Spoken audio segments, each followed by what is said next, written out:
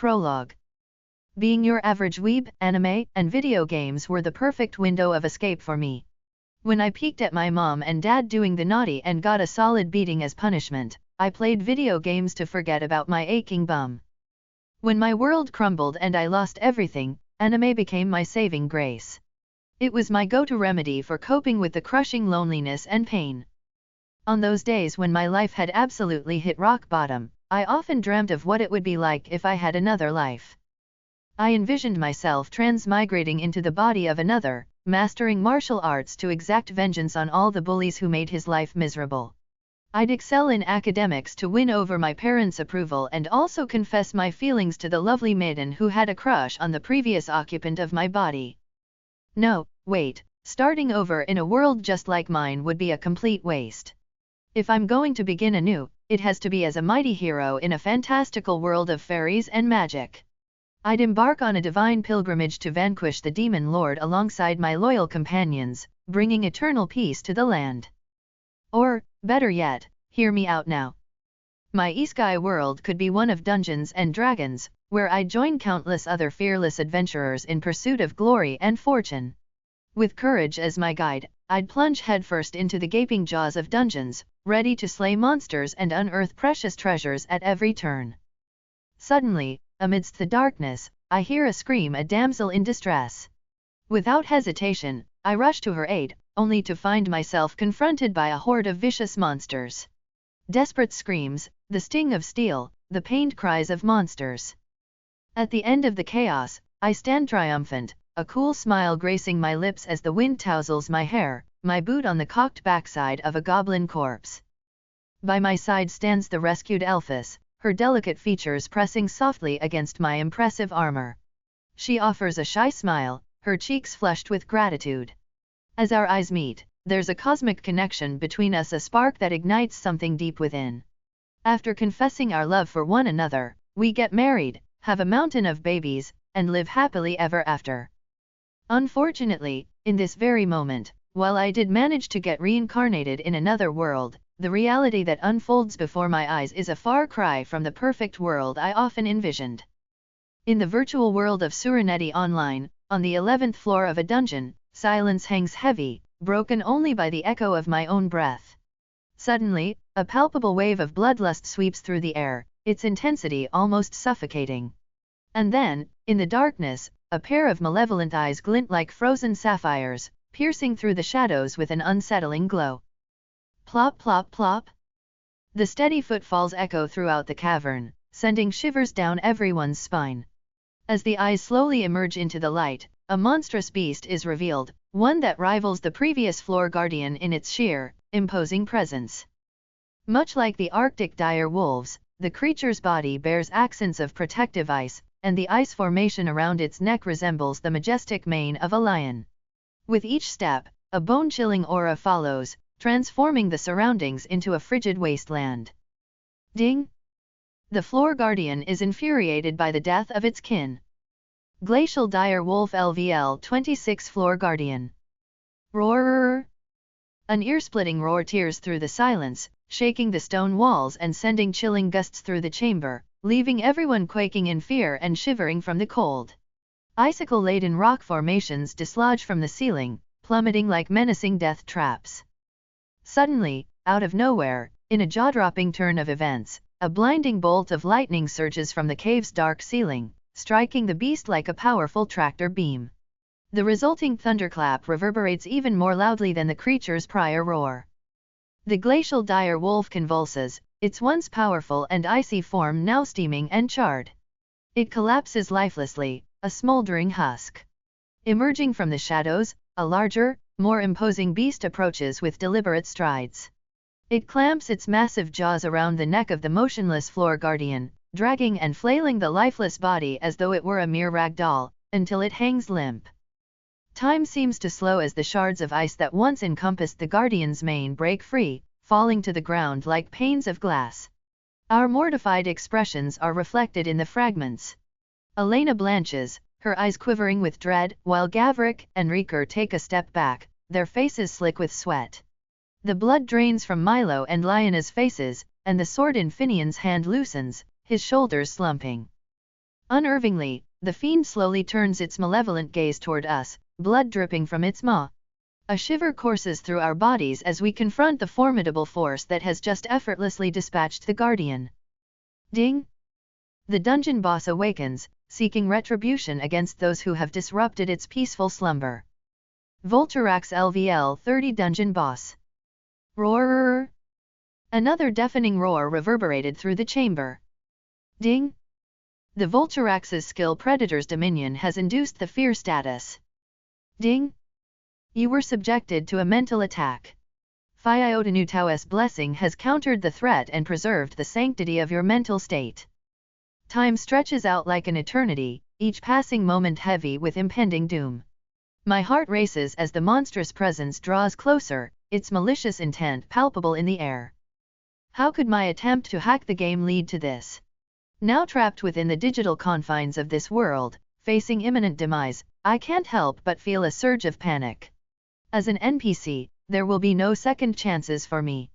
Is this truly the end after all I've endured? Chapter 1, The Beginning of the End. Phew. I let out a sigh of relief upon stowing away the mop and bucket inside the utility closet.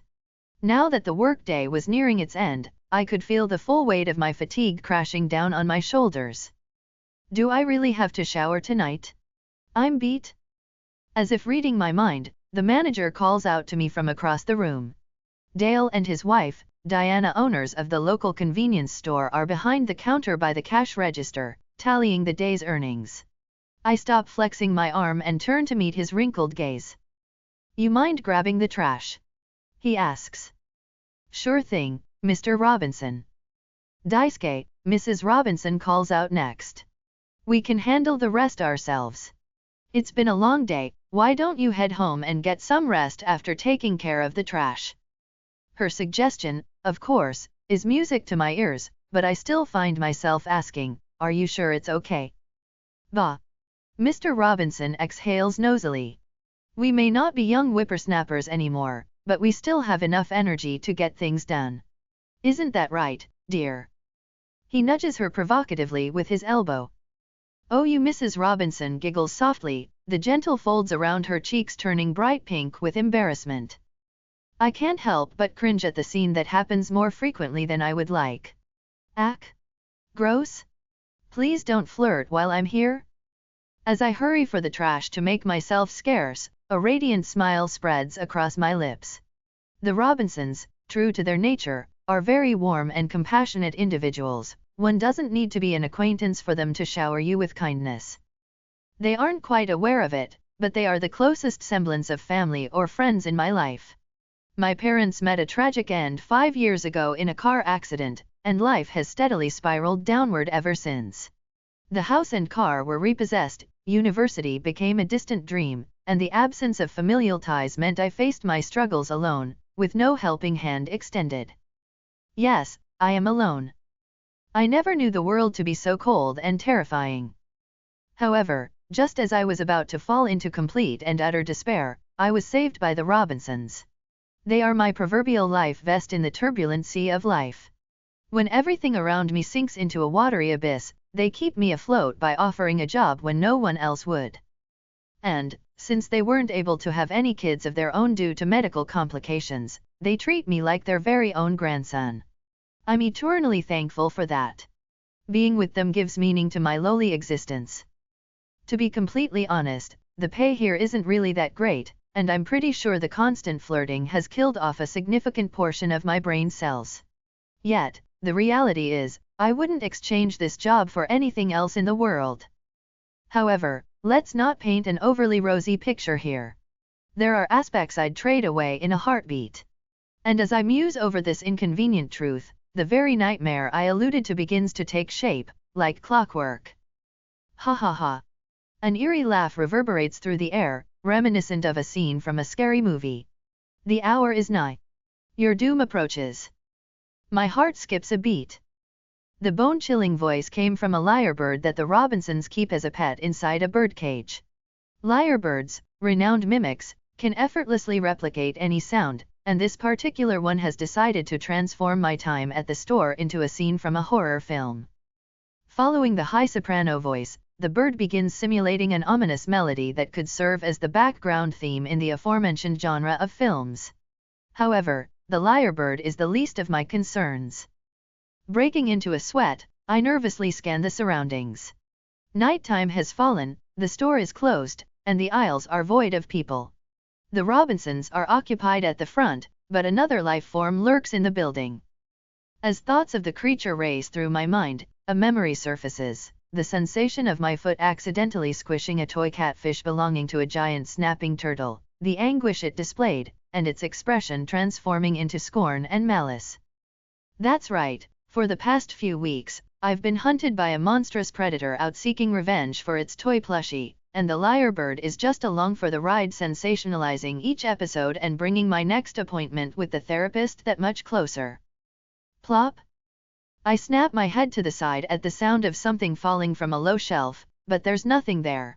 Regardless, I don't stay still, I move around, looking for the enemy. Again, I hear something fall on the other side of the shelf. I swallow, inching around the shelf to take a peek. There, on the floor, is a bag of rice. Am I just being paranoid? I ponder to myself. Maybe I'm actually getting a break from this madness today. Before I can breathe a sigh of relief, I hear a shuffling noise behind me, like a sack of sand being dragged along the floor. A chill runs down my spine. My head hesitantly pivots around like a creaking door, but there's nothing there. In the corner of my vision, I notice the lyrebird cocking its head and throwing its voice across the room to create these auditory distractions. Before my fear can dissipate, swelling into rage instead, I sense an evil presence and catch a blur of movement. Behind me, Oscar the pet snapping turtle that resembles a small dinosaur extends its neck robotically and catches the hem of my pants. Finish him. The lyrebird announces. I blanch, and in a whimper, I plead, please don't. But my sniveling only seems to add fuel to the flame.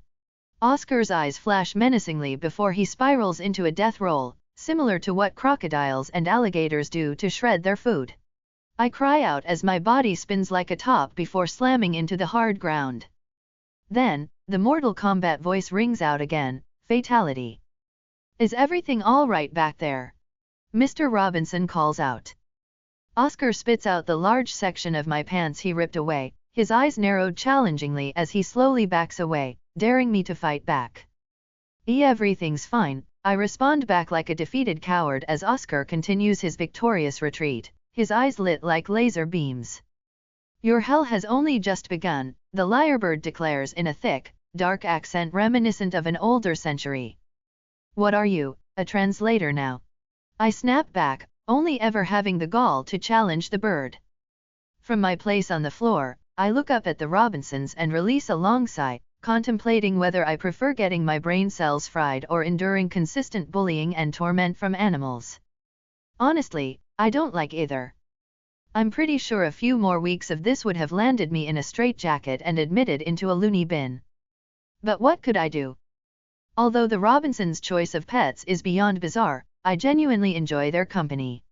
As an expression of my gratitude, I try my best to manage the workload so they won't strain themselves too much. Ideally, at their ripe old age, they should have long retired, but the stubborn old bags are sadly a pair of hopeless workaholics. Be careful not to strain yourself now, Mrs. Robinson cautions as I consolidate all the trash into one and test its weight. Che, Mr. Robinson playfully clicks his tongue. In my prime, I lifted twice the weight, don't spoil him, ma. A young lad like him should be finding a nice lass instead of flexing his muscles on trash. A girlfriend on my wage. I glare at him with mock humor. Don't make me laugh, old man. If you want me to break free from being a hopeless bachelor, then loosen those purse strings a bit. No way, he murmurs in response, his cheeks puffing up like a pufferfish. Find a girl first, then we'll talk. Not gonna happen. If you need money to find yourself a good girl, then you're probably not looking in the right place, dear, Mrs. Robinson suggests with a smile. Oh ma, Mr. Robinson bends a knee and gallantly cups his wife's hand, his eyes gleaming like lanterns. Your words of wisdom and ravishing beauty are like a gentle breeze across an open meadow in spring. Oh Dale. Oh Diana. Push. The lyrebird mimics the sound of the ocean crashing against a cliff, followed by a soothing chorus of bird calls that adds a romantic ambience to the scene. I can feel my brain cells writhing in agony as I watch this dramatic scene unfold. Refusing to entertain this insanity any longer, I make a swift escape.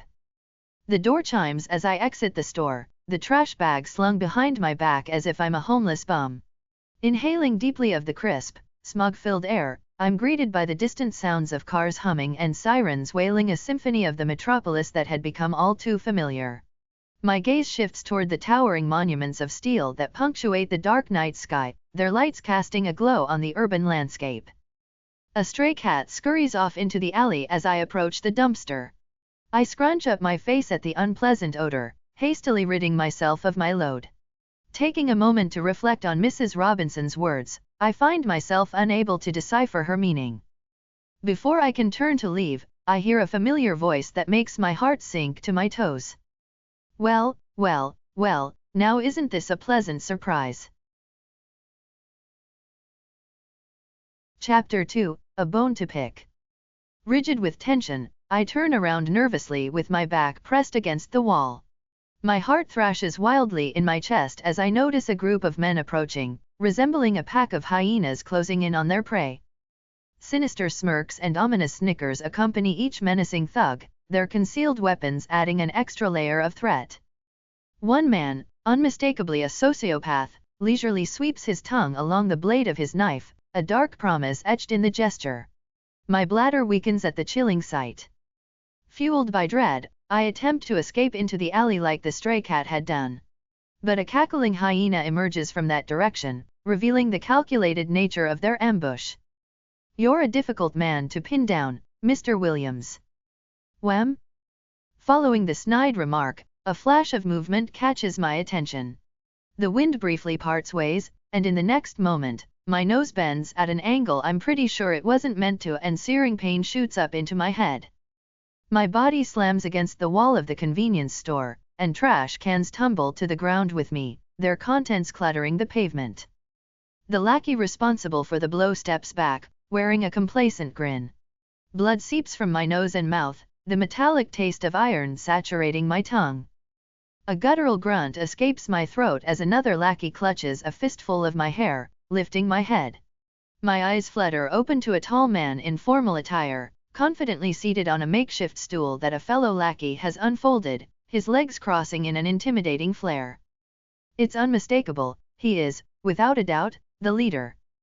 Mr. Williams, the man begins, his half-lidded eyes stern and unwavering. I am a man of discipline, I believe in rules and equivalent exchange. Contrary to popular belief, the underworld, much like the rest of society, is governed by strict rules and regulations. Without order, chaos ensues, and without communication, misinterpretation is inevitable. Even in my unique field of work, he gracefully gesticulates with his hands, there are strict protocols to be followed. By agreeing to do business with us, you consented to those terms, am I wrong? Still reeling from the blow to my face, the taste and smell of blood make me queasy. Words become muffled and slurred, and the grinning faces of the men morph into grotesque contortions reminiscent of a horror movie. A pained series of cries tear from my lungs as I'm assaulted by a barrage of kicks to the face and torso. Answer the question, or we'll pound you into paste, one of the thugs threatens, his beady eyes wide with malice. Before I can catch my breath, my head is yanked backward again, hard, and my bloodshot eyes meet those of the man I borrowed money from weeks ago. There's no pleasure in his expression, just a cold dissatisfaction with my pain-induced silence. But what could I do? I am weaving in and out of consciousness. Without a word, he gracefully slides from his stool and approaches me in a single fluid motion, his gaze fixed on my name tag. Deft fingers gently unclasp the pin from its catch, and in the next moment, a sharp object pierces my earlobe. I clench my teeth as a groan escapes me. The onslaught of pain shakes me to my very core. In this intense moment, an unprecedented sense of regret courses through every fiber of my being, a regret born from the desperate choices that brought me to this harrowing juncture. 3 weeks ago, I borrowed money from a notorious loan shark. To make matters worse, I was now running and hiding from them after missing the payment deadline. I knew I wouldn't escape unscathed, but the stark contrast between anticipating pain and actually experiencing it is overwhelming. The pain coursing through me now surpasses any level of torment I can imagine. Can this possibly get any worse? Listen up, kid, the man's voice becomes a chilling whisper. What we're running here is a business, not a Lego set.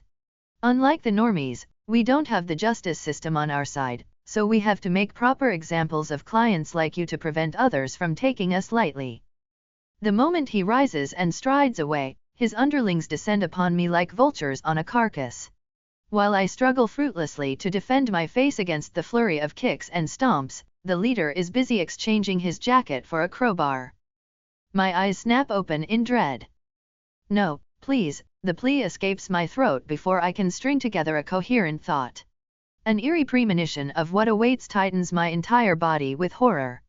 I summon the last shreds of strength that adrenaline provides, my nails splitting as they grip the concrete. But, before I can budge an inch, the hyenas pin my limbs. The leader looms over me like a spawn of hell, his eyes devoid of all emotion.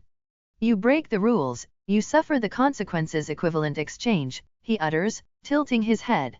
You seem very proud of your legs that you've been using to run and hide. Wait a minute.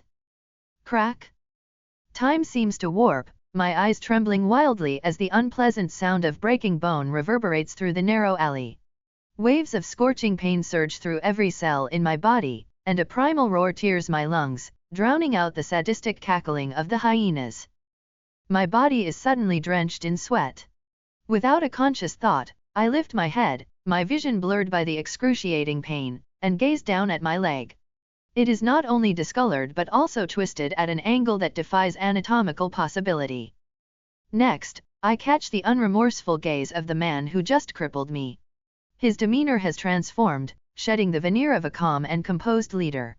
Instead, he wears the visage of a malevolent force, poised to bestow unmerciful retribution. Let's see if you'll be able to run next time when you're in a wheelchair. That was the signal. The man's fingers tighten around the crowbar, and his lackeys watch in undisguised excitement. 50%, I mutter under my breath. The crowbar freezes in midair, and all eyes fixate on me. What? 50%, I shout breathlessly. A hyena whistles in awe. I made a time-sensitive investment with the money, I explain in a stupefied manner, saliva drooling from the corners of my mouth. I'm regretful it turned out this way, but I'll make amends by repaying the loan with a higher interest rate. The leader looks down at me without a hint of sympathy, weighing my proposal. It's my first time missing a payment, show mercy just this once. Besides, putting me in a wheelchair will only delay the repayment further. Wee woo wee woo wee woo. The approaching wail of police sirens fractures the tension, compelling the leader to reach a decision. Tisk, he clicks his tongue, visibly annoyed at losing control of the situation. His Oxford dress shoe presses down onto my face, as though snuffing out a spent cigar. You have until the end of the month to return what you owe, along with the additional interest. Swapping the crowbar for his jacket, the man casually reaches for a vape pen. After drawing a deep puff, he takes one last glaring look at his handiwork before sauntering off with his crew. They are clearly disappointed that they missed out on a bit more amusement. Soon after, I hear the stifled cries of the Robinsons as they frantically rush over from the store. It appears they witnessed the ordeal and promptly called the authorities. The timing is impeccable, but I lack the strength to say that or reassure them that I'm fine. My body is numb, my strength drained, and it isn't long before unconsciousness sweeps over me.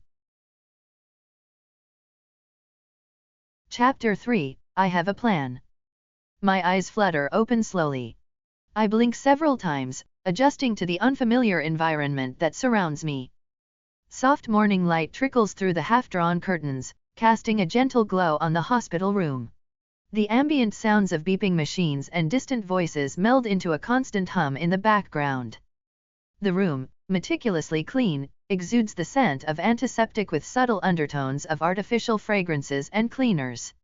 The sterile aroma, typical of hospitals, has always made me uneasy. I wince as a dull ache shoots up from my leg, only to discover it encased in plaster when I look down. As I stare at it, the room eerily quiets, and I can hear my heartbeat. Memories of the traumatic events from last night resurface gradually, like moonlight unveiling the grotesque visage of a gargoyle, and my pulse spins out of control. Snippets of visuals bombard my mind: the brutal punch to my face, the relentless kicks and stomps, the crowbar's merciless descent, and the excruciating pain that ensued.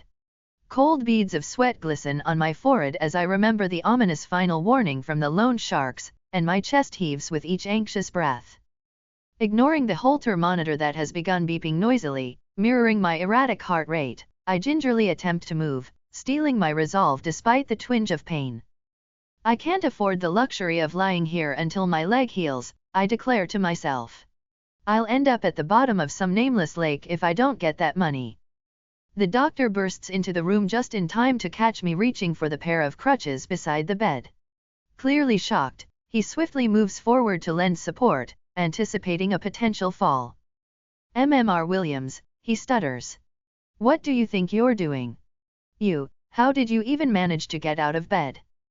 He frowns disapprovingly upon spying the blood-stained t-shirt that I've put on. Then, his gaze lingers on the blue hospital gown still draped over me. I smile awkwardly, tooling the back of my head. "I'll wash and return it soon," I assure him. "I don't think I'll be able to put my pants on with my leg in this state." The man sighs deeply, taking a step back once he's sure I'm secure on the crutches. "Your pants were cut off your body," he informs drearily. "So, it can no longer serve its purpose. But, that's beyond the point. Your leg is broken, you shouldn't be out of bed or moving around." My lips press into a thin line as I maintain eye contact with the doctor. All he did was state the obvious, but he didn't make any demands of me. I sense that he might be aware of the circumstances behind my injuries but chooses not to hold me hostage or complicate matters further. It's common knowledge that gangs often target family members when they can't reach their primary target, though I have no relatives I'm in contact with. Also, it's not rocket science to figure out that I'm dirt poor and broke. If being penniless had a scent, I'd undoubtedly reek of it. Lingering here longer than necessary and accumulating more debt wouldn't be in my best interest. The mere contemplation of ambulance and medical fees would typically turn a few more strands of my hair white instantly, but I have a plan. It's tied to the investment I mentioned to the loan sharks and stands as my last-ditch effort to regain control over my life. Wearing that bloody shirt in public will just draw unnecessary attention, the man explains ruefully. If you're fine with it, go ahead and use the hospital's gown, you don't need to return it. Thank you. I leave the hospital behind without looking back. The summer heat is brutal, especially when your speed is reduced to that of a snail. Focused on my destination, I tune out the hustle and bustle of the city streets, making an effort to navigate the chaotic dance of pedestrians, cyclists, and motorists. The cacophony of sounds, car horns, chatter, construction, and distant sirens creates a unique rhythm exclusive to the metropolis. Undeterred by the whirlwind of activity, I seamlessly integrate into the organized chaos that defines the heartbeat of this vibrant urban landscape. As I trudge homeward, I become aware that a specific story is saturating various news outlets across different platforms: billboards, radios, televisions, and even skyscrapers. My curiosity piqued, I come to a standstill at a storefront, captivated by the live feed being projected in holographic splendor on the window. The Zenith Corporation, based in China, has finally achieved the impossible, declared a bright and bubbly female anchor with an air of wonder. They've created the very first VRMMORPG game, Sehreneti Online. A world of infinite possibilities awaits, sculpted by the unparalleled AI, Affinity. The camera pans to the rolling landscapes of Sehreneti Online, a realm alive with wonder and grandeur. Characters engage in epic battles, build alliances, and embark on quests in this unprecedented virtual world. Expectantly, with the advent of artificial intelligence a few years ago, it was merely a matter of time before augmented reality blossomed into fully immersive virtual reality games.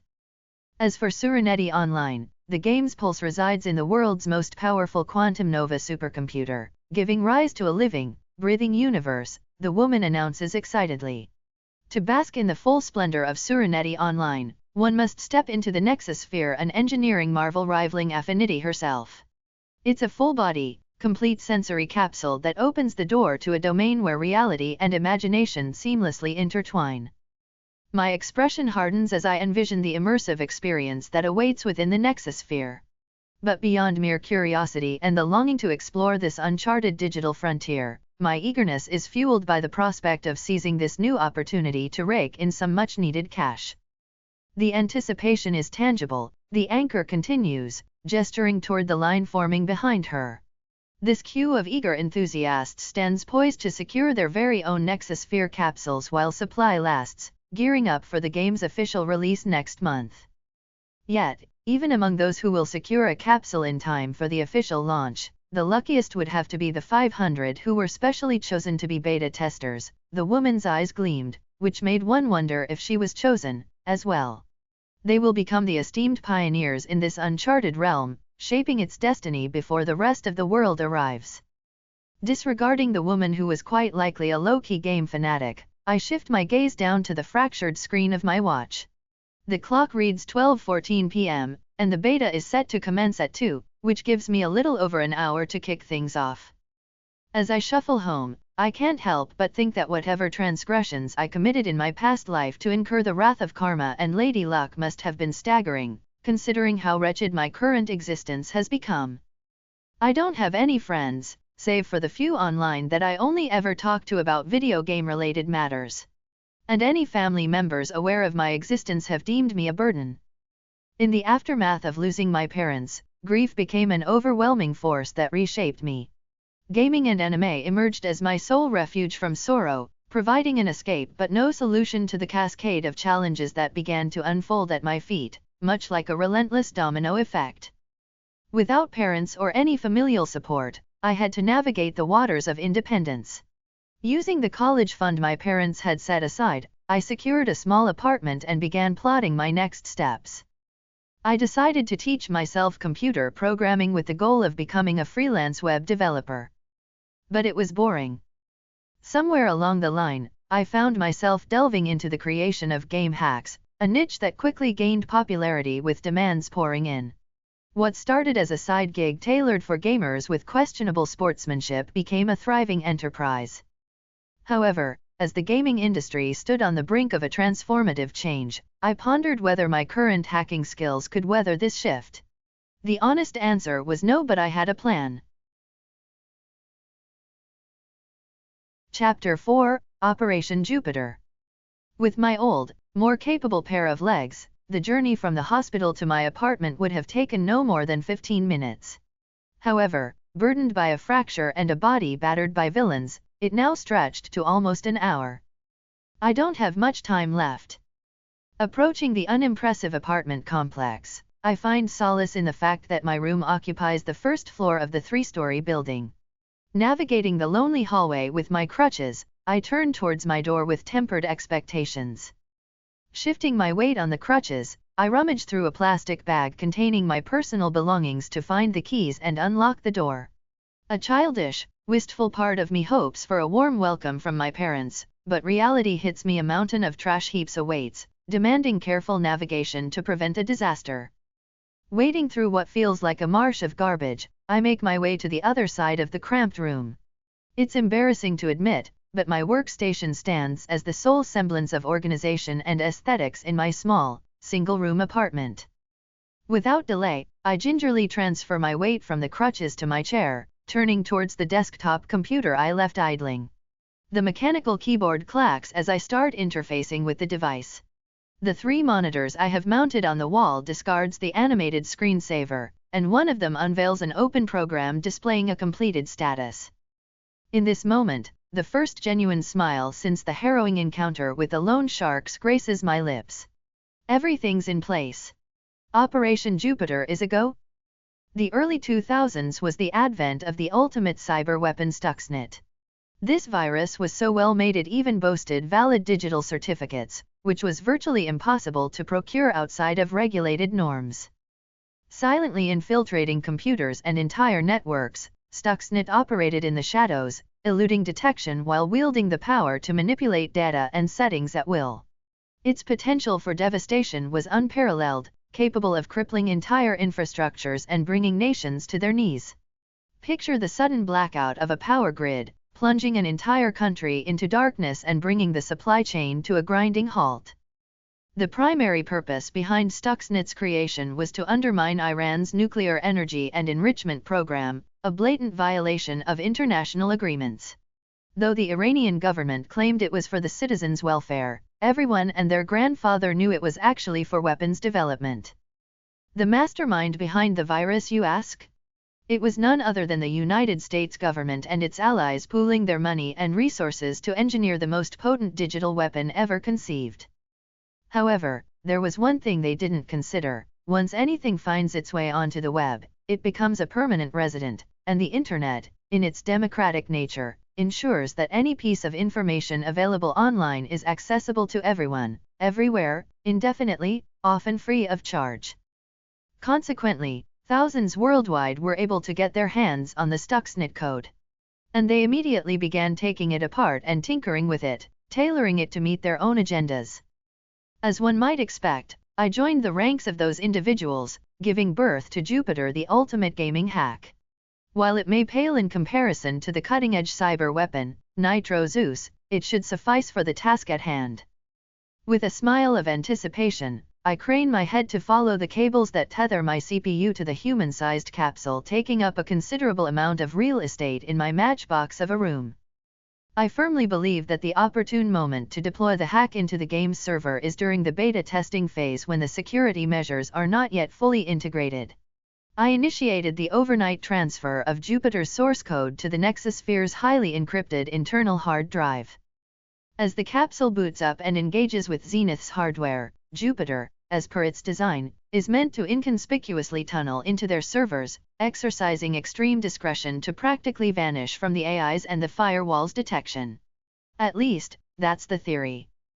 Ideally, I shouldn't be putting all my eggs in one basket, but if this plan fails, there are no extra lives. China will rip me a new one, and that's assuming the loan sharks don't get to me first. I swallow hard as I consider the repercussions of my illegal pursuit, but it's too late to turn back now. In an attempt to reignite my motivation, my gaze instinctively falls upon the small picture frame perched on the corner of my desk. Captured within the embrace of the great outdoors is an attractive Asian woman and a handsome, light-skinned man with an impressive physique. They are my parents, and I am determined not to squander the life they so lovingly bestowed upon me. The computer monitor registers 15:50 p.m. A mere 5 minutes stand between me and the imminent, life-altering moment. Minding my leg, I carefully reach for my crutches and awkwardly make my way into the capsule I endangered my life to buy with dirty money. The Nexusphere envelopes me with a sensory embrace, boasting a range of features that transform the small, cylindrical space into a haven. The advanced air conditioning creates a cocoon of comfort, while the state-of-the-art AR monitor immerses me in a visual spectacle. A built-in smart device meticulously monitors my vitals, ensuring a seamless integration of technology and well-being. Initialize, I command once comfortably settled. Responding to the voice command, the Nexusphere responds with a gradual sealing of the hatch door. The interior radiates a gentle glow, the air conditioning hums, and a holographic display materializes before my eyes as the machine performs a rapid diagnostic check. Embedded with an intricate network of sensors strategically focused around my head, the Nexusphere initiates a wireless probing that mirrors the eerie sensation of being watched from afar. Suddenly, the once stable Nexusphere plunges into chaos. The ambient light fades in and out, the projected screen flickers incessantly, and the cooling breeze of the AC succumbs to stillness. I feel myself getting disconnected physically and mentally. I've never dived before, but an unsettling intuition informs me that something is terribly and unquestionably wrong. Did Jupiter fry the Nexusphere's mainframe? Was the hack detected by the Zenith Corporation in the process of trying to infiltrate their servers? Are these the reverberations of either one of those scenarios? I can hear the warning bells going off in the capsule as my vitals go ballistic, but there's nothing I can do. The alarms gradually grow dull. My senses fade as they are intercepted by the Nexusphere and rerouted into the virtual world.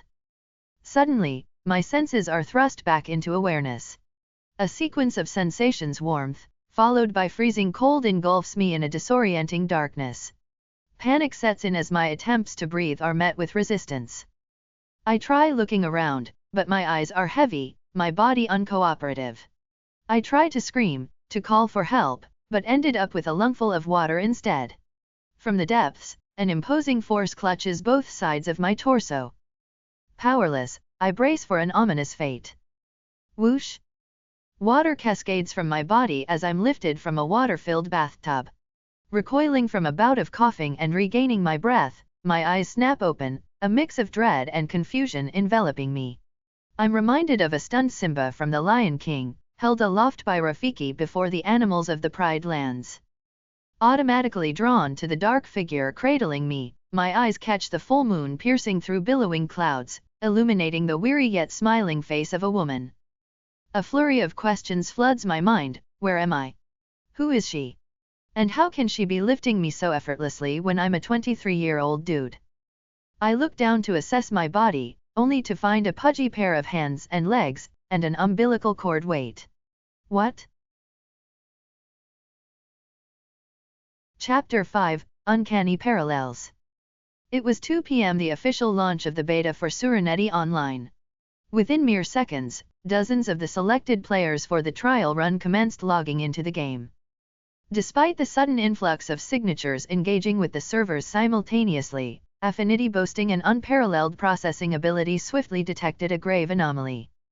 Without hesitation, she confronted the irregularity, her defense mechanism rearing its head, a formidable firewall that reached out like ghostly appendages. In moments, the foreign threat was identified, an offspring of the notorious Stuxnet virus, a byproduct of decades-old sociopolitical warfare.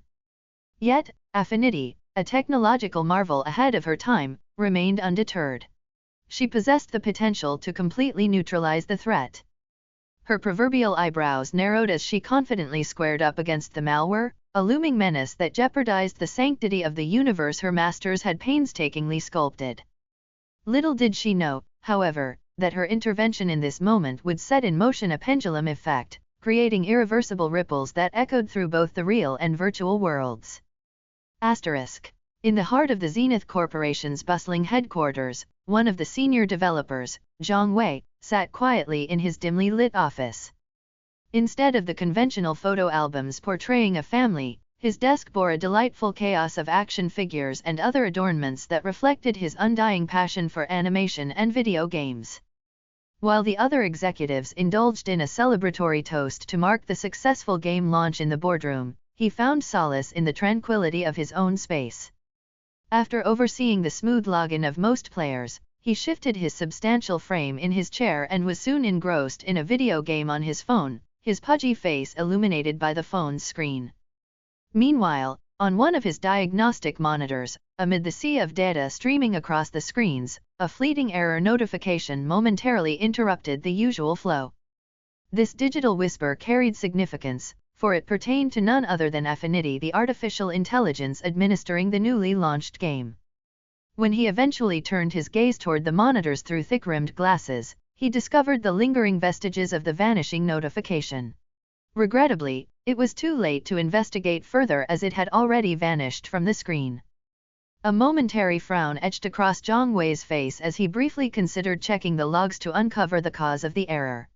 However, curiosity succumbed to the allure of his ongoing game, and he decided to let the matter rest. After all, Affinity was perfect. Even without his complete vigilance, it was virtually impossible for anything to go wrong. Asterisk. As I speak, beta testers from across the globe are pouring into the game, painstakingly on the hunt for bugs and glitches, declared a familiar news anchor.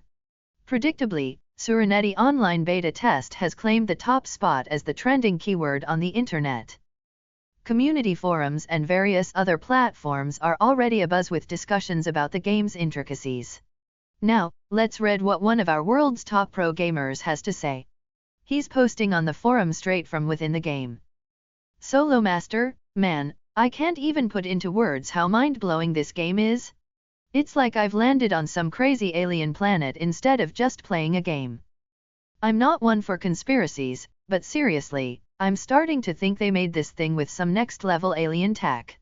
How else do you explain how ridiculously real everything is? We're talking about venturing into virtual reality, right? Uncharted waters? You'd expect a few hiccups, but nope, none here. Zenith Corporation really knocked it out of the park. I can practically smell the grass, feel the dirt under my feet, and hell, I swear I can feel the wind on my face. It's too damn real, like I've fallen down a rabbit hole or something. Zenith's on a whole new level with this one. A female medical receptionist gracefully shifted her focus away from the monitor mounted on the wall as an elderly couple approached the front desk. Her son had fallen under the spell of a captivating new video game, incessantly urging her to invest a considerable sum in acquiring the elusive Nexus Sphere. While the device was well above her pay grade, she was still curious to learn what the hype was all about since her son seldomly asked her for anything. Though, the idea of a virtual realm similar to the real world stirred conflicting emotions. Wasn't that a whole new level of being a tablet kid? Dismissing the horrid notion, she metaphorically donned her work mask and turned her attention to the slowly approaching guests.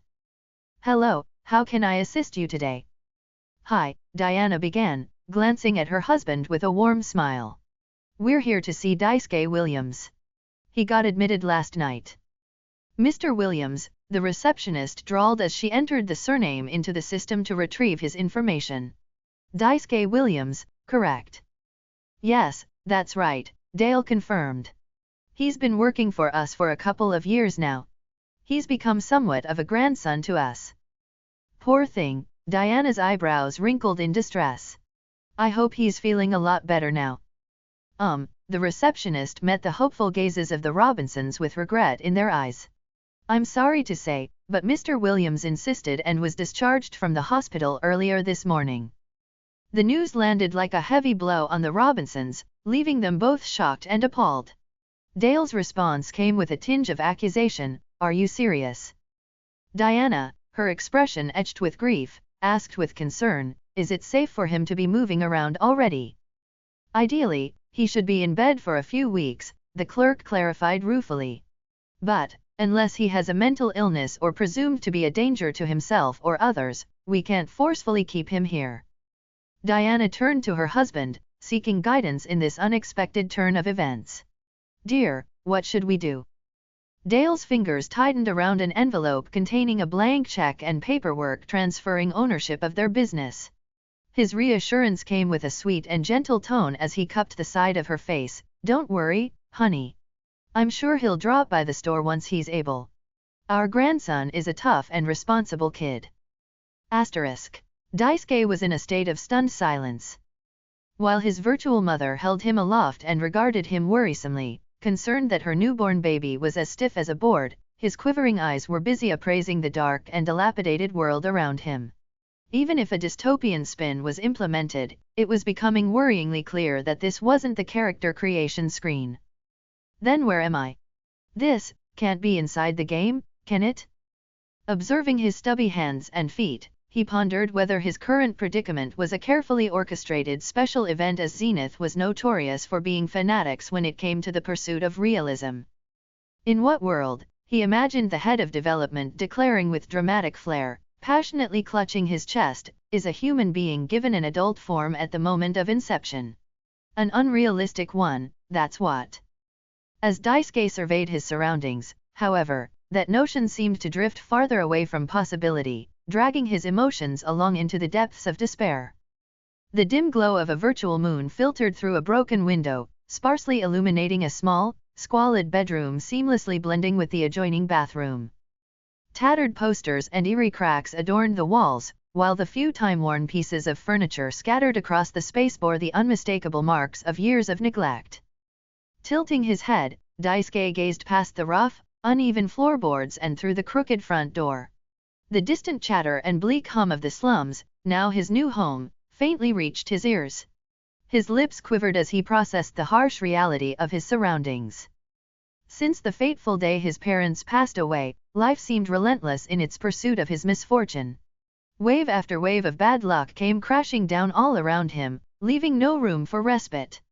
The latest investment was supposed to be his salvation, a foolproof plan to break free from the clutches of his unlucky streak. However, fate had other plans, and now he found himself in a virtual prison for his recent crime, more wretched than the life he sought to escape. It was a punishment for daring to dream of a better life. Daisuke felt his stomach tighten, his heart shattering into fragments as the tragic reality unfolded around him. His round, pale face suddenly crumpled, and then he started wailing. Through his bitter tears, he could see his virtual mother heave a warm smile of relief. Her beauty and radiance were in stark contrast to the gloom of the background, and she cradled him in her arms, an almost palpable aura of maternal loving and care washing over him, lulling the newborn into a deep sleep. Chapter 6, My Virtual Mother. Daisuke was roused from his slumber by an insistent knock at the door. Rising from his position around the computer desk, he wiped the drool from his cheek and swiftly reached for his crutches, pushing himself to his feet with urgency. As he skillfully navigated through the mountains of trash in his room, another knock echoed. "Mr. Williams," a muffled voice called. "It's Dr. Cole.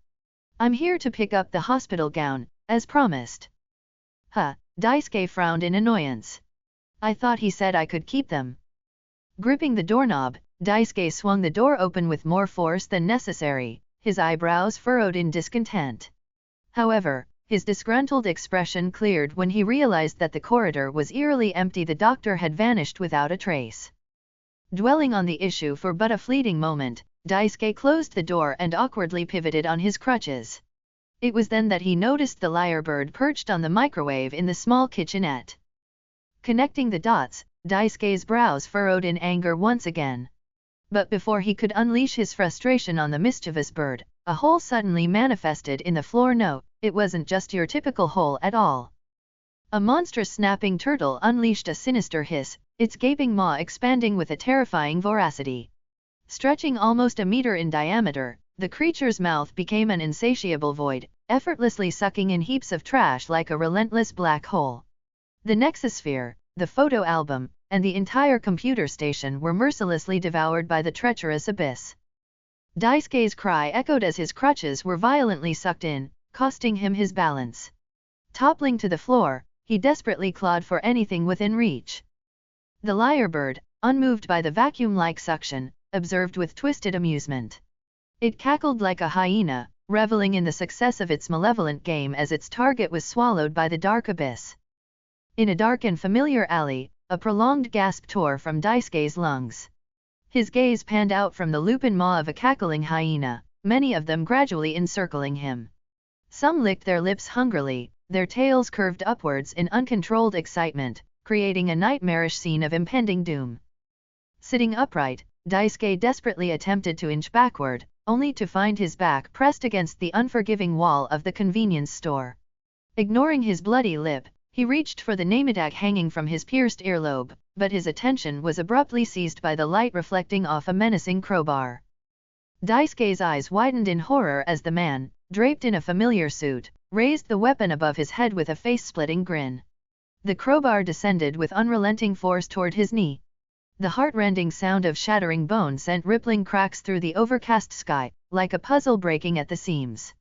And as the fragmented world drifted away, Daisuke heard his own wailing reverberating in his ears.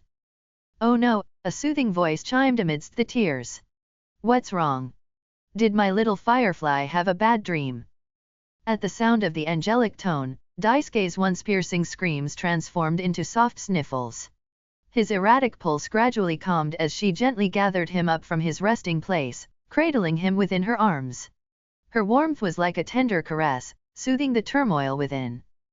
Her initially blurred profile gradually sharpened as his tears dried. This mysterious woman, his virtual mother, emerged as stunningly beautiful, and Daisuke fell into silent captivity under the spell of her irresistible charm. Despite the miserable state of the room, promising a life akin to or worse than what he endured before, the woman in front of him emitted a radiant glow. Her kind, oceanic eyes and radiant smile exuded a warmth that dispelled the cold whisper of a dark fate. "How about a nursery rhyme?" the woman suggested in a soft whisper. "Whenever I was upset as a child, my mother would always sing it for me." Daisuke waited in anticipation as the mesmerizing woman took a breath. Her thick eyelashes drifted close, and her small, rosy lips parted, releasing a soothing note into the air. In shadows deep where dreams may weep. A cradle of stars, a soul to keep. Through sorrows vast, the moonlight cast. Whispers soft, a memory's grasp. Hush, my child, the night is kind. Embrace the echoes left behind. Stars dance in skies, where teardrops lie. A lullaby for a soul to fly. In petals soft, where dreams aloft. A garden blooms, emotions soft. With gentle grace, time's warm embrace. An eternal bond, love's sacred space. Daisuke's eyes gleamed. As the gentle notes of the nursery rhyme filled the virtual room, he felt a sense of comfort seeping into his tiny frame. The haunting melody, tender and soothing, wrapped around him like a soft cocoon. The troubles of his virtual existence momentarily faded away, replaced by the warmth of the lullaby. The room, once shadowed, seemed to brighten with the simplicity of the song. In the reassuring arms of his virtual mother, Daisuke's eyes drifted close, a serene smile gracing his lips. The melody, a balm to his young soul, offered a moment of solace in the midst of the virtual storm. In the initial weeks since his birth, Daisuke's memories were somewhat hazy, but he had come to terms, more or less, with his mysterious fate. The truth was, his previous life wasn't much better owing money to loan sharks, with hospital bills stacking atop the already lofty heap. Recently, Daisuke found himself often left alone in the small living room for minutes or hours at a time. He would stare up at the clumsily constructed ceiling from a straw-woven basket, fearing the worst. "Mommy has to go to work now, Haxks," she'd say with a weary smile each time. "Be a good boy and sleep while I'm gone. I'll be back soon. Mommy loves you very much." Daisuke would pout. "Oh my," she'd giggle, her charm and etiquette seeming out of place in the slums. "Are you pouting? That's so adorable." Daisuke's motor skills hadn't yet developed, rendering him unable to escape if the roof decided to cave in, nor could he leave the nest to find his virtual mother's whereabouts. Similarly, his vocal cords were still undeveloped, robbing him of the ability to question why he faced constant neglect. Did child services even exist in this world? And if they did, would they extend their reach to children in the slums? Enduring prolonged periods of neglect, though frustrating for a developed adult mind, provided Daisuke with ample time to contemplate his circumstances. After an extensive brainstorming session, Daisuke distilled his wild conspiracy theories into 3 plausible conclusions. He had died and reincarnated as a baby in another world, he existed within the game as a baby, or tampering with the Nexus sphere had induced an electrical discharge that fried his brain and plunged him into a coma. Consequently, this surreal experience could be a very bizarre and lucid dream, or a hallucination on steroids. Disregarding the precarious state of the roof, Daisuke raised a pudgy arm and performed a motion akin to skimming his fingertips along the circumference of a doorknob. According to the game's manual, this was the gesture for opening the main menu. However, despite now having the ability to move his arms, every attempt to open the menu had proven futile. Neither mental commands nor physical gestures had succeeded, leaving the final method dependent on a verbal command, an option currently beyond his reach. "I'll just stick a pin in that one for the time being." Despite his persistent but unsuccessful attempts at interacting with the system, Daisuke couldn't shake the gut feeling that he resided within the game. Sure, he had somehow bypassed the character selection screen and other similar interfaces, but a certain fact still remained: whether in a dream, hallucination, or another world, ending up with a name as obnoxious as Haxks seemed too ironic, if not uncanny. Setting aside the name's attractiveness given his current circumstances, it felt too fitting, almost scripted, for him to be given such a name outside the game. Even with a different spelling, the pronunciation still resembled Haxks or Haxks, a nod to his side gig of hacking games in his previous life. His NPC mother, it seemed, was carrying out the system's punishment for sullying the game with malware, a penalty he accepted 100%. Though, I have to say, thought Daisuke mentally with a fierce blush as his mother held him close for breastfeeding. For a game, the attention to detail and realism is seriously out of this world. Fear of monsters and the unknown, 100%. Chapter 7, Dire Straits. On record, the earliest a baby ever started walking is within 3 months. Daisuke shattered that record by a whole 15 days. It was a shame the Guinness World Record had no place in this world, wherever it might be. "Oh, my goddess," Daisuke's mother exclaimed in a mix of shock and delight, dropping to her knees with arms outstretched. "Hax? You're not even 3 months old yet, how can you already be walking?"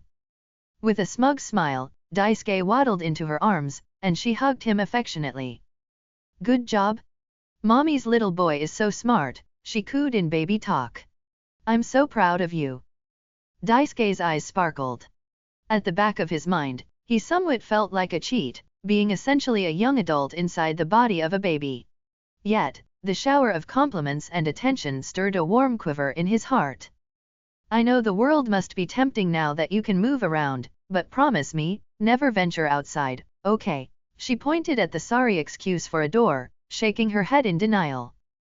Daisuke had never been outside before, and whenever his mother ventured out, she draped herself thoroughly, reminiscent of someone from a Middle Eastern country. Was that the case?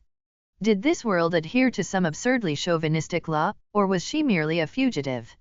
Regardless, Daisuke harbored no intent to expose himself to risks when he couldn't currently defend himself.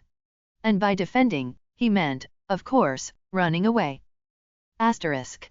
Being able to waddle around like a penguin was certainly an improvement over being confined to a straw-woven basket, but there was nothing worth seeing in a decrepit old hut. Keeping a baby entertained was simple, but a mature mind needed greater stimulus to be content, and the bats now living in the roof didn't provide nearly enough.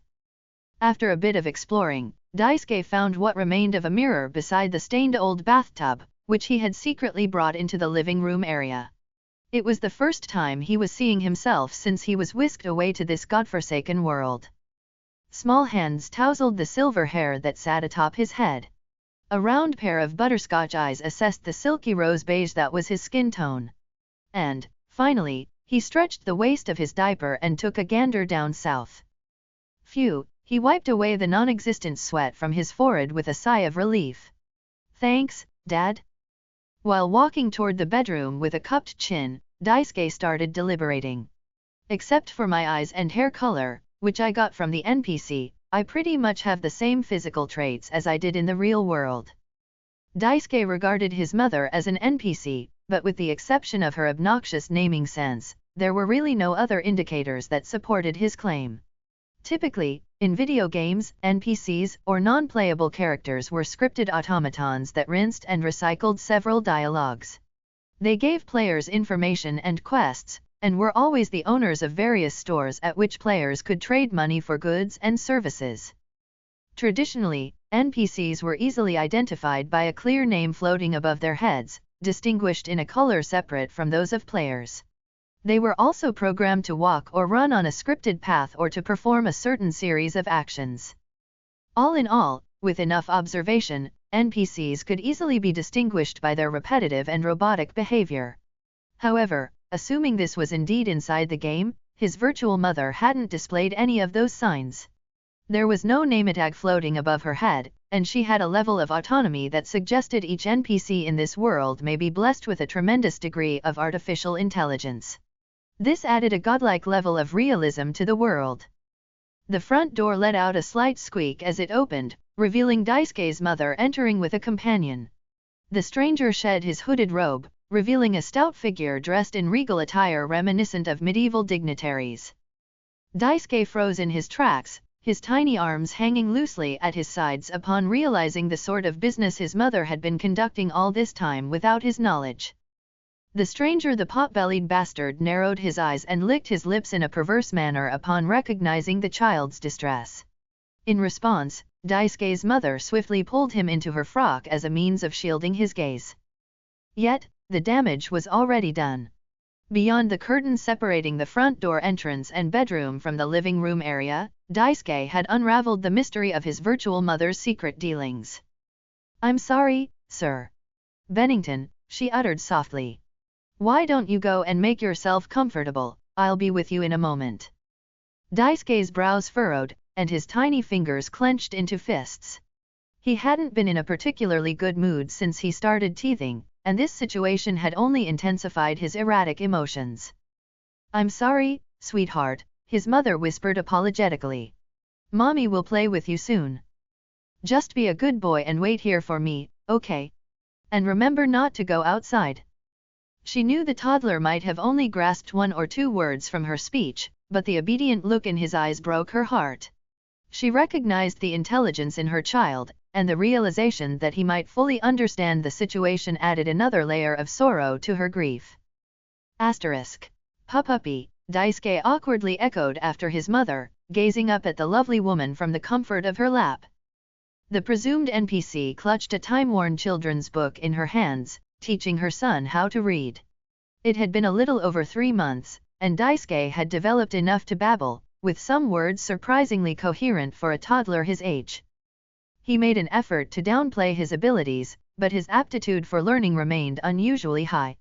It was a bittersweet revelation for his mother. She was thrilled to have given birth to a child prodigy, yet dejected that she couldn't provide him with the formal education he deserved. Even if, by some miracle, she could come into some money, her humble background wouldn't afford him the privilege to enroll in a decent school. Witnessing her distress, Daisuke pivoted his waist and embraced her tightly. Her cascading silver hair brushed against his cheek, and her cherished pair of hairpins, each adorned with a firefly, gleamed in her hair. "Love, Mommy," he uttered softly. "Oh sweetie, I love you too," she sniffled, pulling him in close, their bodies jerking from her gentle sobs. Daisuke's eyes drifted open, his expression devoid of emotion as he listened to the turmoil of her beating heart. Tears pooled in his eyes as memories flickered in his mind like the pages of a sketchbook. Every day, he would curl his body into a ball, desperately trying to drown out his mother's responses from the bedroom. Her sacrifices were an unwelcome burden, born out of necessity rather than desire. The realization that he couldn't contribute to ease her struggles filled him with a profound sense of disgust. Like a broken dam, all of his anger and rage transformed into a tumultuous sea of frustration and self-loathing. He couldn't fathom what he had done to deserve the years of punishment he had endured, but it felt as though he had inadvertently dragged this woman into the chaotic storm along with him. As soon as Daisuke transitioned from breastfeeding to consuming physical food, his mother began working longer hours to ensure there was enough on the table for the both of them. It was inevitable now that she had another mouth to feed. After the day she wept in front of him, his mother resolved never to let it happen again. Life in the slums was a relentless struggle, where food and water were scarce commodities. Even with the meager earnings from her customers, making ends meet remained an uphill battle. More often than not, some of her clients would pay her little to nothing, and some wouldn't pay at all. But what could she do? She didn't have a brothel to back her, and she didn't have the strength to fight.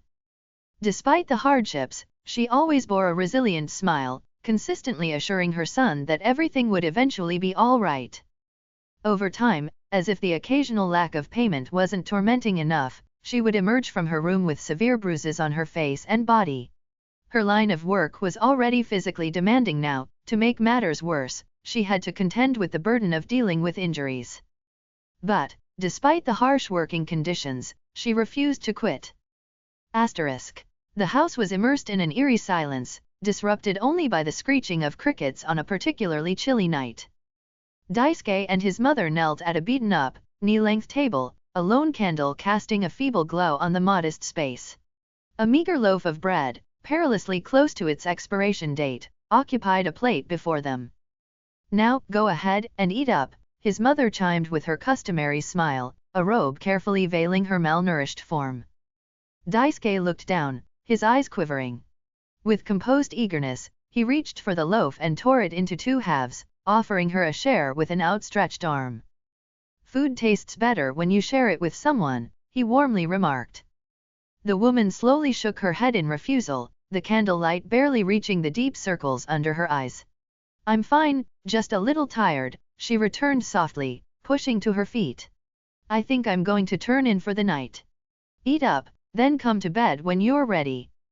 Daisuke watched her leave, and the bread slipped from his trembling hand, landing on the lopsided table. As the bedroom door closed behind her, his mask crumpled, and tears spilled from his eyes. God damn it! God damn it! He cursed inwardly, crushing the stale pastry in his right hand. I'm so pathetic. Isn't there anything I can do? Despite pondering his limited options, he was still too young and vulnerable to take on any kind of work, even if opportunities existed in the slums. Furthermore, his mother strictly forbade him from leaving the house, and the last thing he wanted was to upset her. Her warnings painted a bleak picture of a poverty-stricken world marred by crime, robberies, kidnappings, rape, murder. Despite the risks, he didn't want to be separated from her while she engaged in her line of work. It only took one unforeseen incident, one sociopath, and his entire world could crumble and fall apart in an instant. Whether she was a virtual guardian or not, this woman had bled, cried, and sacrificed for him. It was too late for his previous parents, but he was resolute in always being there for this woman. In this world, he would lead a life without regrets. Fear of monsters and the unknown, 95.8%. Chapter 8, Change, A Leap of Faith. Daisuke lay sprawled on the cold, wooden floor. The relentless rain and screeching crickets outside were deafening, but it wasn't enough to dull the violent maelstrom of thoughts raging in his mind. Damn it! I feel so useless. In my previous life, at least I had a job and my programming skills. But here, I feel like nothing more than a helpless spectator. All of a sudden, a faint scratching noise broke through his despair, stirring Daisuke from his stupor. He sat upright in time to witness a small kitten squeezing through a tiny hole at the bottom of the front door. As the kitten wriggled its way in, successfully escaping the frigid night's rain, it paused to survey its surroundings before shaking off the water from its pitch-black coat. Had Daisuke not noticed the scratching, the kitten would have easily blended into the room's shadows without ever being detected. Advertising that he wasn't a threat, Daisuke held his ground and simply observed. To his surprise, the kitten cautiously approached him, sniffing his finger as if to determine his nature, before tentatively licking his hand. Daisuke beamed like a child at a carnival, his fingers itching to pet the creature. However, he resisted the urge, deciding it was best to give the kitten more time to trust him. Is it domesticated?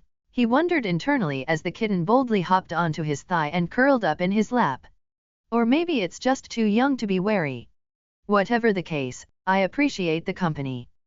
He observed as the feline's olive-green eyes slowly closed, a warm smile spreading across his lips.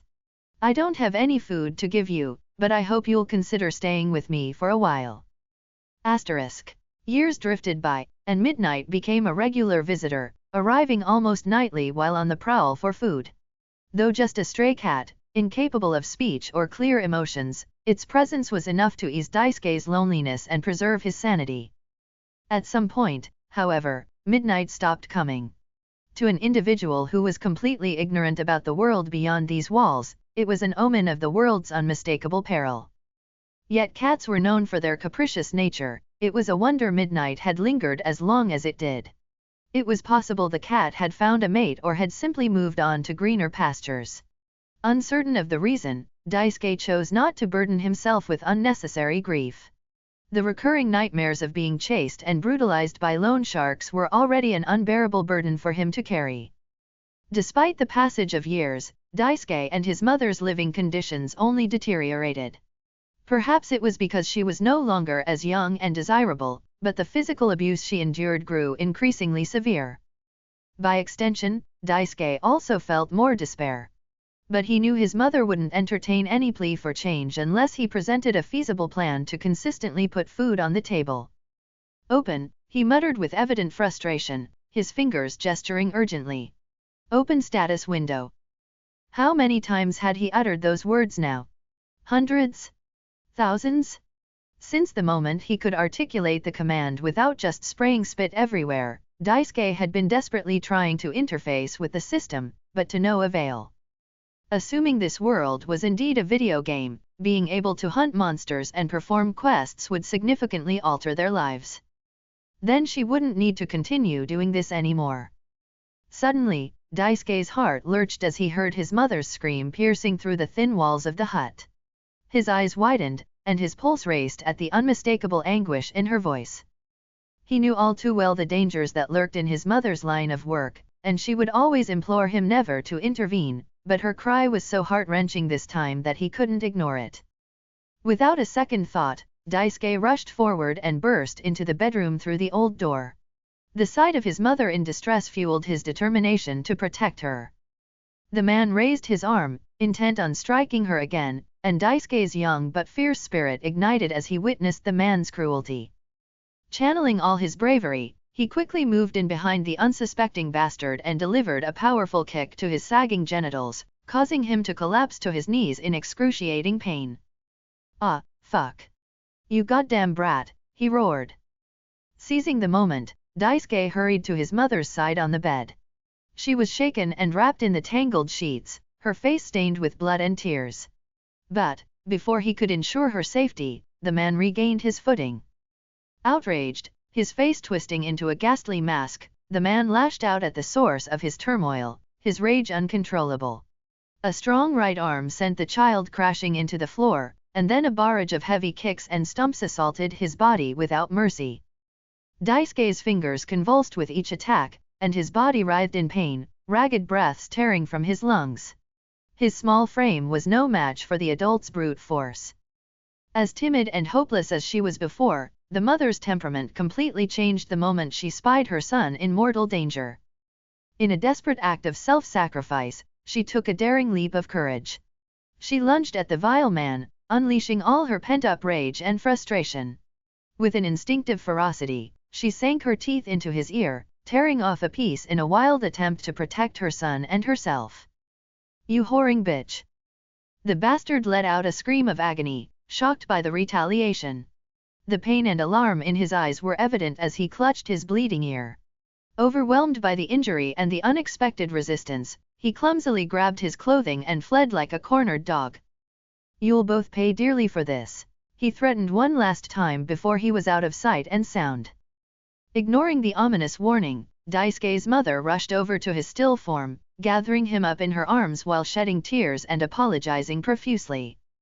Daisuke had hoped the traumatic encounter would prompt a change in the woman's lifestyle, but it was wishful thinking. Like the Robinsons, she was as stubborn as a mule. As soon as the swelling on her face subsided and the bruises faded slightly, she returned to work. However, one significant change did occur because of the incident. Daisuke was no longer afraid of the unknown. After being beaten to an inch of his life and left with a death threat, he resolved to become more spontaneous and daring.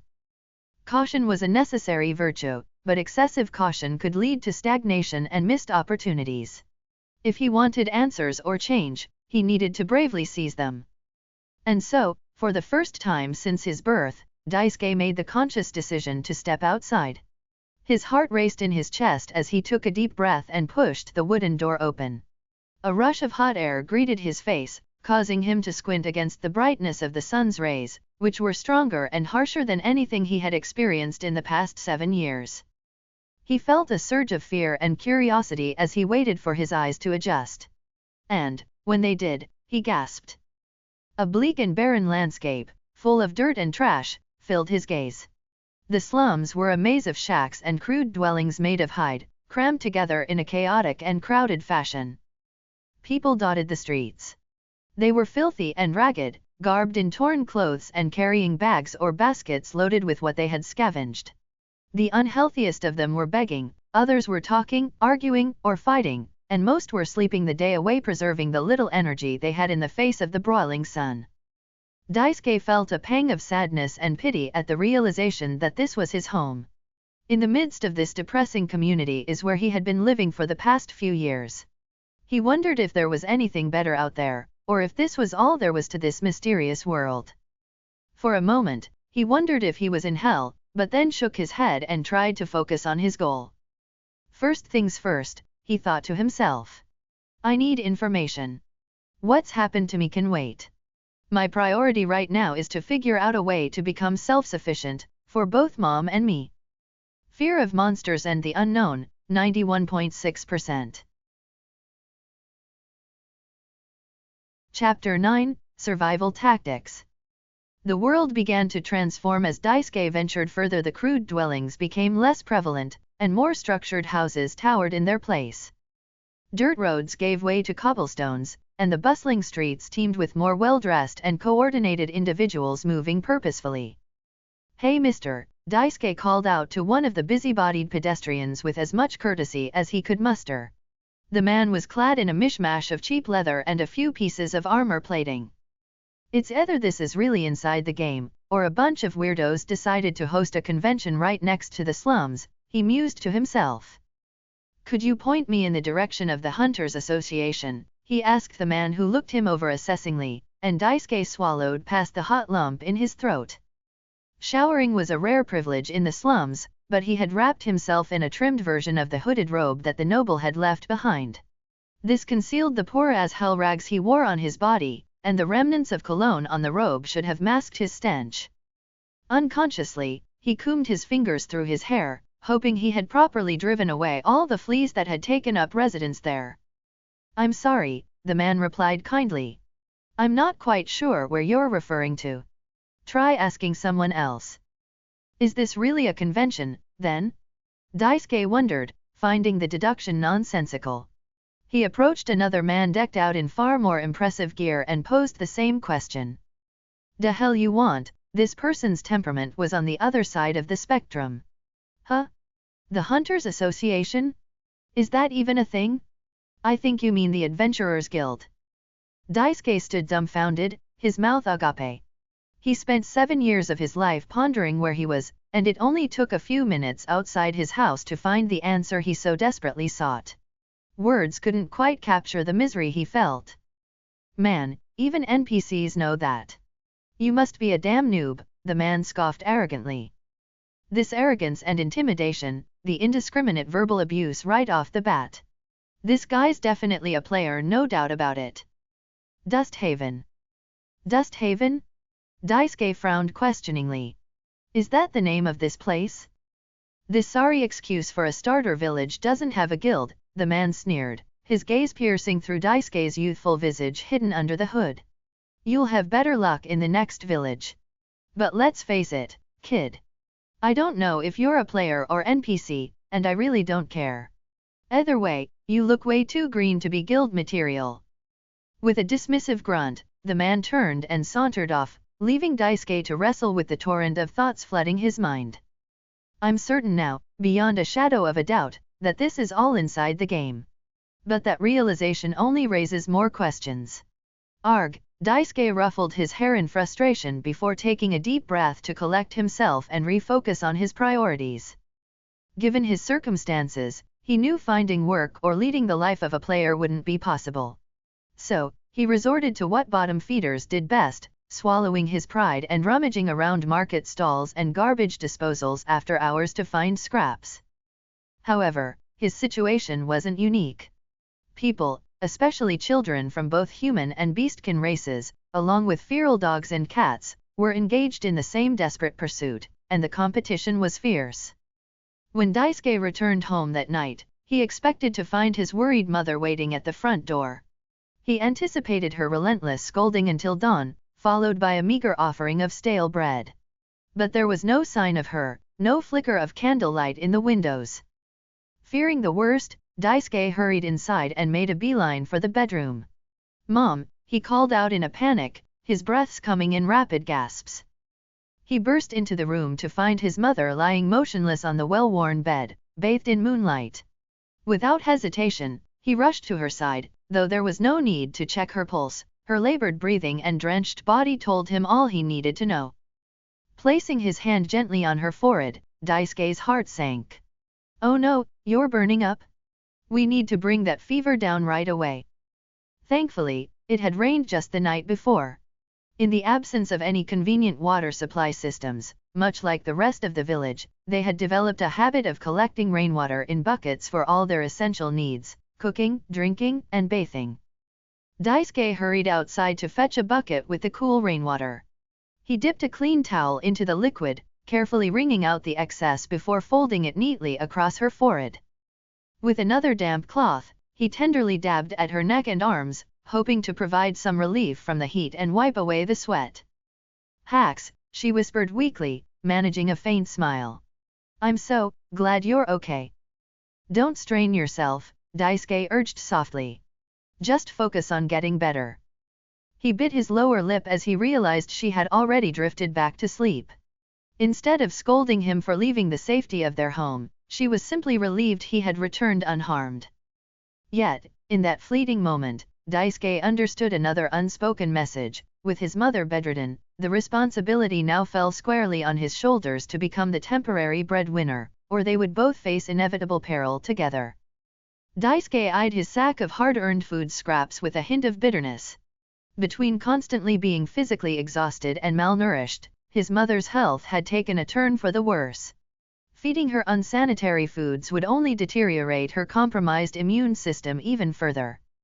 Sinking to his knees beside her bed, Daisuke gently cradled his mother's hand against his face. Despite his outward appearance as a 7-year-old, he carried the weight of an adult inside. I can't keep going like this, he resolved within himself. I need to get my ass in gear. I need to step up and take charge. Asterisk. In a forgotten corner of the slums, a lone ginkgo tree stood tall between two abandoned buildings. Its branches, adorned with golden leaves, provided a modest canopy that filtered the sunlight into soft, dappled patterns on the ground below. Around the tree, children gathered, making the most of their bleak surroundings. Some perched on the lower branches, while others found seats on piles of garbage or leaned against the worn walls of the buildings. Daisuke observed them quietly, feeling a sense of connection to their shared struggle in this neglected corner of the world. Rather than engaging in the cutthroat competition for scraps like the other children in the slums, Daisuke took a different approach. With the wisdom of his adult mind, he began forming a coalition among the children, using his eloquence to persuade those he could reach. Fighting amongst ourselves, he declared, his voice ringing out from behind a shoddy, makeshift podium, will only lead to more suffering. But together, united, we can achieve far more than we ever could alone. The children observed the silver-haired boy, their expressions ranging from skepticism to curiosity as his words enveloped them. Gathered in a group of little over a dozen, they included 4 particularly notable individuals: a wolfkin boy exuding an aura of overconfidence, an older girl with rabbit ears, a younger human girl clinging to a stuffed bear, and a plump boy of the same race. It's pretty surprising he can be packing so much weight while living in the slums, Daisuke thought inwardly. He's not a cannibal, is he? Hey, fatso, the wolfkin called with a scathing grin. How can you look like that when everyone else here is all skin and bones?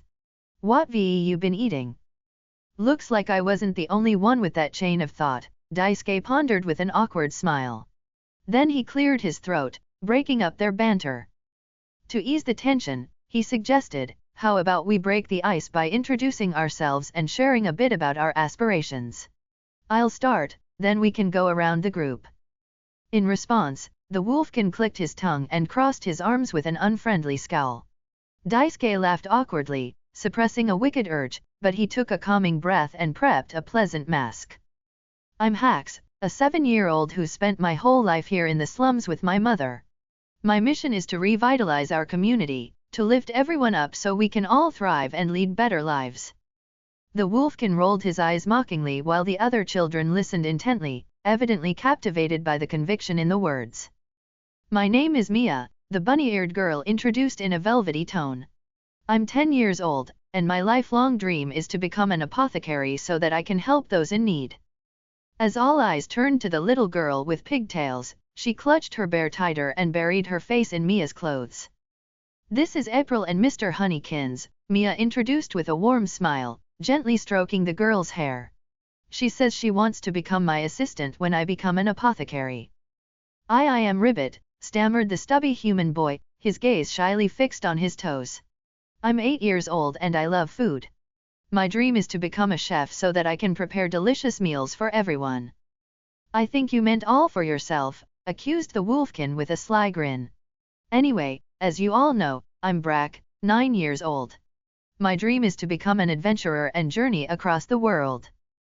At the end of the introductions, Daisuke descended from the podium, his gaze sweeping across the gathered faces to which he could now assign names. I understand that some of you may have doubts about my proposal, he began, his tone earnest. Truth be told, I have my own reservations as well. But I truly believe this is a necessary evil to bring about positive change in our community. I agree, Mia chimed in sweetly, her voice carrying an aura of unbiased affection. Personally, I don't think we even need to consider this as a long-term solution. We could pool our earnings and invest in agriculture. That way, we wouldn't need to worry about food. Exchanging hopeful glances, the children nodded in unison, their heads bobbing up and down like synchronized metronomes as whispers of agreement rippled through the group. That's a genius idea, Breck exclaimed with a mischievous grin, shooting Ribbit a teasing glance. Working the fields would totally whip some people into shape because let's face it, they could definitely use the workout. A chorus of laughter erupted from the children, and Ribbit blushed furiously. And you, he countered with an unimpressive scowl. Instead of a horse, you can be the cart-pulling dog. What? Breck snapped, his eyes narrowing in disbelief as some of his peers chuckled. What's that, you fatty? Mia ignored the back-and-forth banter between the two boys and knelt in front of April. The little girl's cute pigtails framed her round face, and her shy eyes peeked out from under the veil of her bangs. With a smile, Mia gently caressed the stuffed animal's head, her voice brimming with kindness as she spoke. Maybe we can find some friends for Mr. Honeykins to play with, if things go well. Wouldn't that be nice? HHN, the toddler nodded eagerly, her eyes gleaming with excitement as she embraced her cherished toy. Daisuke's smile widened as he observed the tender scene unfolding before him. Amidst the playful banter between Ribbit and Breck, a palpable sense of camaraderie began to blossom among the other children. The air, once heavy with tension and uncertainty, was now filled with laughter and shared moments of connection. It was as if a veil had been lifted, revealing the warmth and companionship that had always been there, waiting to be embraced. Pit-pat. Daisuke raised his hand, palm up, as a droplet of rain tapped his head. Tilting his head back, he observed the overcast sky. The sun, just moments ago peeking through the clouds, was now swallowed up entirely. To a child in Dust Haven, rain was harmless, even fun, but to an orphan in the slums, it was a force to be feared. Without family or guardians, illness could spell death for these children. While others might see a fever as a mere inconvenience, for an abandoned child, it could be fatal. As the rain intensified into an unrelenting downpour, the children scurried into an old abandoned wagon wedged against the building's wall. Its roof, badly mended with hay and trash, barely held off the leaks. Outside, the wind gusted, and inside, the children huddled together, shivering from the cold. Daisuke could hear their stomachs grumbling and the soft cries of those who couldn't endure much longer. Their faces were etched with grief and suffering, wearing a sorrowful mask no child should bear. Unbeknownst to him, Daisuke began to see these people as more than just strings of data. They were real human beings, like him, craving warmth and comfort, harboring dreams and aspirations, and experiencing hurt and loneliness. How then, were these children any different from real human beings? Fear of monsters and the unknown, 87.4%. Chapter 10, Mission Start? To foster a strong bond among the children, Daisuke organized an entire day dedicated to a competitive and physically demanding game of tag. This not only provided them with a fun activity but also allowed Daisuke to assess the strengths and weaknesses of each individual, enabling them to play their upcoming roles effectively. Following the game, Daisuke reiterated the nature of their mission, emphasizing the importance of communication, trust, and patience. He shared psychological strategies to accomplish their tasks and outlined contingency plans for unforeseen circumstances. With a disapproving frown, Daisuke glanced down at his feeble hands. Having spent years confined to the house, he realized his body was relatively frail. To address this, he committed himself to rigorous training. The motivation to improve was fueled by the knowledge that both the children and his mother depended on him, making it easy for him to stay determined. The children needed to build up their stamina, too. But Daisuke knew it would be difficult to keep them motivated, especially on empty stomachs. So, instead of sticking to basic exercises, he got creative. Alongside playing tag, He used random junk lying around to set up games like dodgeball, rugby, soccer, and other physical activities. This approach helped them develop their strength and endurance in a more engaging way. After several weeks of dedicated training and preparation, they finally stood ready for their mission. Kaya, a young lady, let out an endearing cry as she stumbled and fell, all the apparel inside her bag spilling out onto the busy street. Attractively garbed in an off-the-shoulder frock, she presented a figure that drew attention, with her well-endowed bosom practically spilling out for all to see. This spectacle naturally captured the gaze of nearby male stall owners. One of them, like a bullet, hastily surged forward, outpacing the others. Ignoring their envious death glares, the man gallantly reached out to the damsel in distress. "Miss, are you hurt?" he asked in a velvety tone, flashing her a pair of pearly whites. "Here, let me help you." "Oh my," the woman replied with a blush, her eyes coy. "Such chivalry." The shopkeeper felt his heart skip a beat, his eyes forming hearts as the lady averted her eyes sheepishly at the import of his helping hand. Every subtle movement she made did interesting things to her breasts, and this captured the attention of all the males, including him.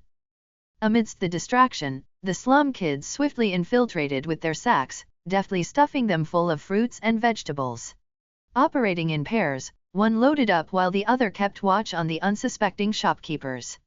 Once their bags reached full capacity, the kids made a hasty retreat, with the exception of one. "Look at that pervy bastard," Breck scoffed, disdain evident in his tone. "He doesn't deserve to have anything left."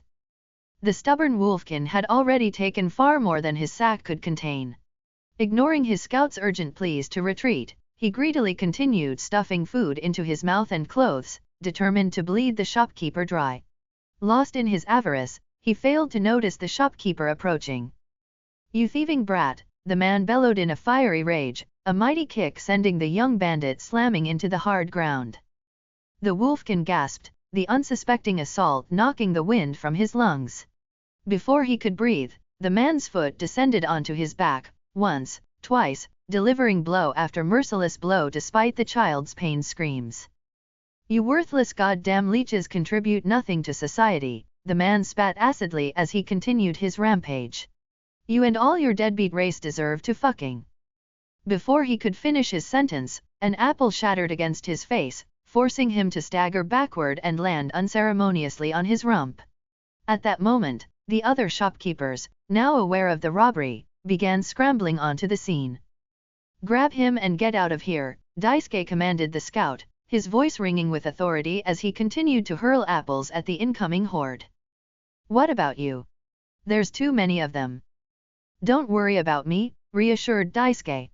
"I have a better chance of getting away if I'm alone." A cleverly thrown banana had a group of men crashing to the ground in a clumsy heap. Crunch. Tui. Daisuke took a large bite out of an apple, then spat it out to the side in disgust. "Is this what you're selling to people?" he exclaimed. "You should all be ashamed of yourselves. This cheeky brat. You'll wish you were never born when I get my hands on you." These and a flurry of other menacing remarks came hurling towards Daisuke, and the shopkeepers themselves quickly followed. But that's exactly what he wanted for them to focus on him instead of the others. Daisuke left the stall behind and took to the streets of the village. His quick, agile footsteps echoed on the cobblestone path, his breath coming in rapid bursts as he weaved through the bustling crowd. He glanced back, and sure enough, the livid shopkeepers were hot on his tail, angrily shouting and waving their fists. He smirked and turned a corner, heading for the alleyways. He jumped over a pile of garbage and slid under a clothesline. His lithe form navigated the twists and turns with remarkable precision. He reached a low wall, and without breaking his momentum, sprang onto it, using it as a platform to propel himself higher.